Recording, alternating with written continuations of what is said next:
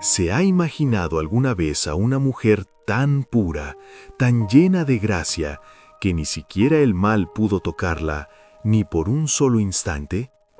Esa mujer existe, y su historia comenzó mucho antes de su nacimiento. Hoy va a descubrir lo que realmente significa Inmaculada Concepción, y por qué este título revela uno de los mayores misterios del cielo. Conocerá las curiosidades más ocultas, milagros impresionantes y las razones por las cuales tantos santos afirman que María es la criatura más perfecta jamás creada por Dios. Pero antes de todo, imagine esta escena. Un ángel atraviesa los cielos en dirección a la tierra. No busca solo a una joven, busca la única alma que jamás perteneció a la oscuridad. Y cuando la encuentra, el universo entero parece silenciarse. Es en ese instante que entendemos. María no fue escogida por casualidad, sino que fue preparada desde el primer momento de su existencia. Hoy sabrá lo que Dios realizó en ella y por qué esto lo cambia todo para nosotros. Quédese conmigo hasta el final, porque va a escuchar revelaciones y milagros que muchos fieles nunca oyeron. Y si esta historia toca su corazón, deje su like y comparta para que más personas conozcan la belleza de la fe cristiana. Para entender la Inmaculada Concepción, necesitamos volver mucho, pero mucho antes del nacimiento de María, antes de que existiera Nazaret, antes de que el pueblo escogido caminara por el desierto, incluso antes de que Adán abriera los ojos por primera vez, porque este misterio no comienza en la tierra, comienza en el corazón de Dios. Hay teólogos que dicen que cuando Dios pensó en la encarnación del Verbo, cuando Él decidió que su Hijo entraría en el mundo como hombre, en ese mismo instante Él pensó también en María, y no como una simple sierva, sino como la obra maestra de la creación. Una humanidad nueva, un comienzo sin heridas, un alma tan limpia que ni siquiera el pecado original, aquel que todos nosotros heredamos, la tocaría jamás. Mientras cada ser humano lleva consigo marcas de la caída, María fue creada como la excepción divina, el primer rayo de luz después de la noche del Edén. ¿Pero por qué? Porque para recibir al propio Dios hecho carne, el cielo exigía un espacio totalmente puro, no por lujo, sino por misión. María sería el tabernáculo vivo, la nueva arca de la alianza. Y así como la antigua arca no podía ser tocada por nada impuro, Dios quiso que su madre fuese completamente intocable por el mal, desde el primer segundo de su existencia. Este acto no disminuye la grandeza de Cristo. Al contrario, Él es tan santo, tan perfecto, tan glorioso, que preparó para sí mismo el más puro de los santuarios. Y es aquí donde el misterio comienza a tomar forma.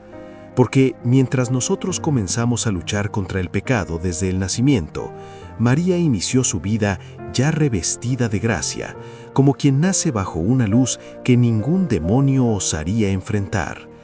Era como si Dios estuviera diciendo al mundo: está llegando aquella que abrirá las puertas para mi hijo, y yo la cuido desde el primer instante. Para entender la Inmaculada Concepción, necesitamos mirar a un misterio que siempre fascinó y al mismo tiempo confundió a los estudiosos de la fe. Pero ¿cómo podría María ser preservada del pecado original si Cristo aún no había muerto en la cruz? Esta pregunta no es nueva. Durante siglos, grandes teólogos reflexionaron sobre esto, y dos gigantes de la espiritualidad cristiana se destacaron al inicio de este debate. San Agustín, en el siglo IV, afirmaba que todos los seres humanos heredan el pecado de Adán y Eva. Él no podía concebir una excepción, excepto Jesús. Para él, María era santa, pero cómo sucedía esto aún no estaba totalmente claro. Después, San Bernardo de Claraval, en el siglo XII, profundamente devoto de María, creía en su pureza extraordinaria, pero no conseguía aún explicar teológicamente cómo podría haber sido preservada desde la concepción.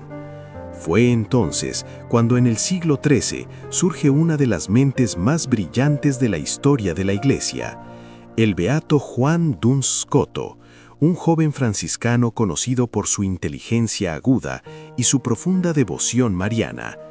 Fue él quien trajo la llave que faltaba. Scoto argumentó que Dios puede conceder a alguien el fruto de la redención de Cristo de forma anticipada, porque para Dios no existe antes y después, Él actúa en la eternidad. O sea, María no fue exenta de ser redimida, ella fue redimida de manera más perfecta, recibiendo los méritos de Cristo antes incluso de que Él sufriera en la cruz. Este argumento no solo solucionó un antiguo debate teológico, sino que abrió camino para que la doctrina de la Inmaculada Concepción creciera con fuerza, siendo acogida en universidades, órdenes religiosas y por la devoción popular.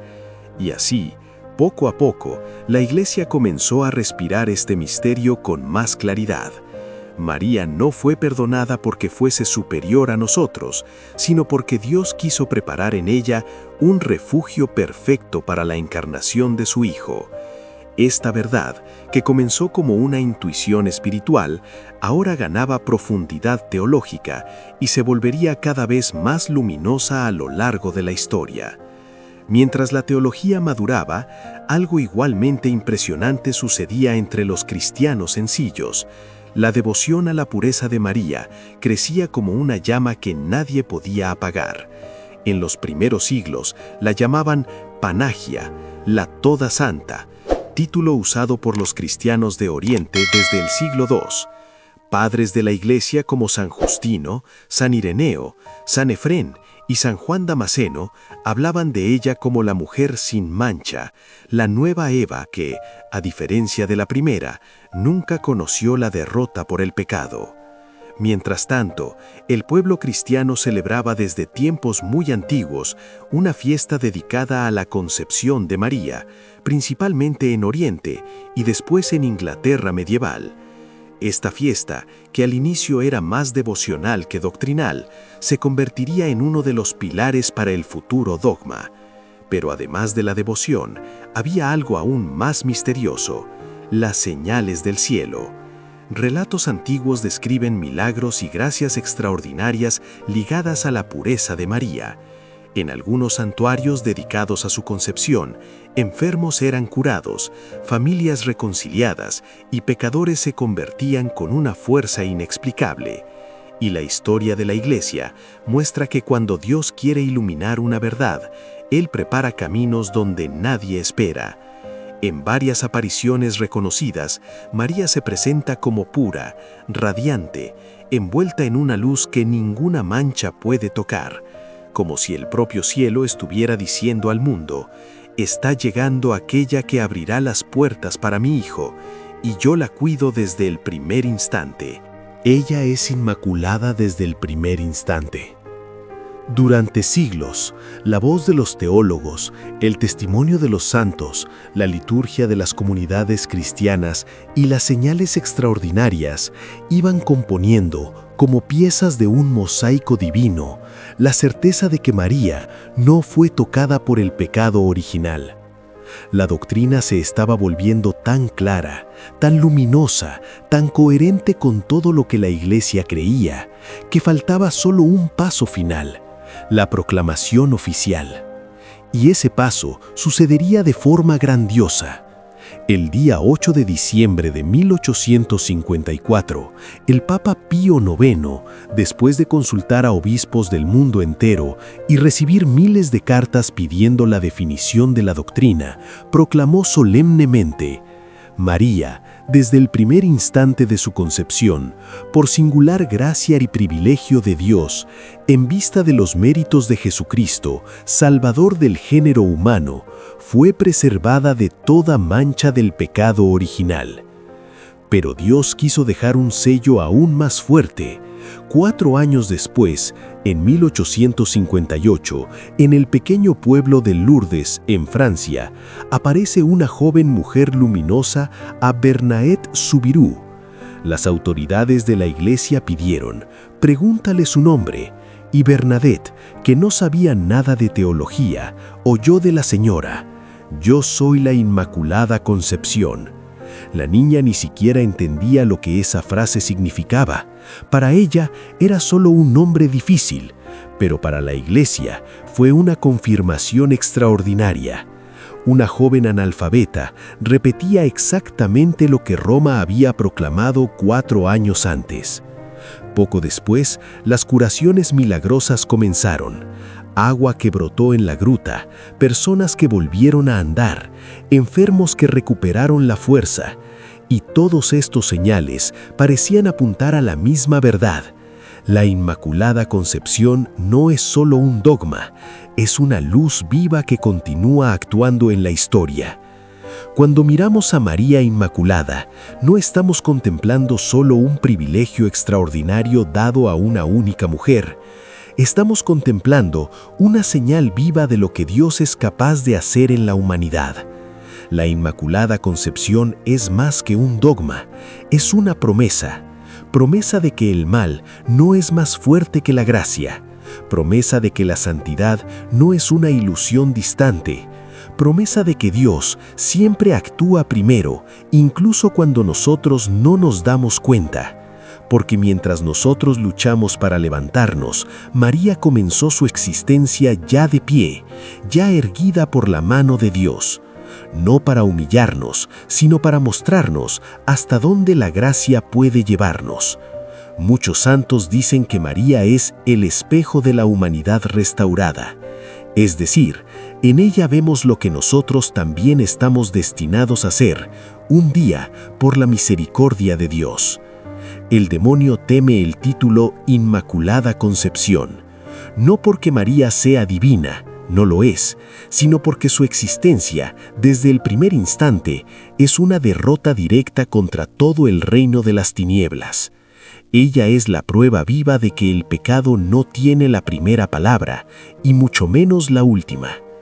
Cuando el ángel la saluda con «llena de gracia», no es solo una frase bonita, es la revelación de una realidad espiritual. En María, la gracia ocupó todos los espacios. No sobró ni 1 milímetro para la oscuridad. Por eso tantos fieles recurren a ella en los momentos más difíciles, no porque sea una especie de atajo, sino porque es la criatura que más perfectamente reflejó la luz de Dios. Y cuando esa luz toca nuestra vida, algo cambia por dentro, algo despierta, algo vuelve a respirar. La Inmaculada Concepción es un recordatorio de que Dios no se rinde con nosotros, un recordatorio de que la santidad es posible y un recordatorio de que incluso cuando todo parece perdido, la gracia de Dios siempre llega antes.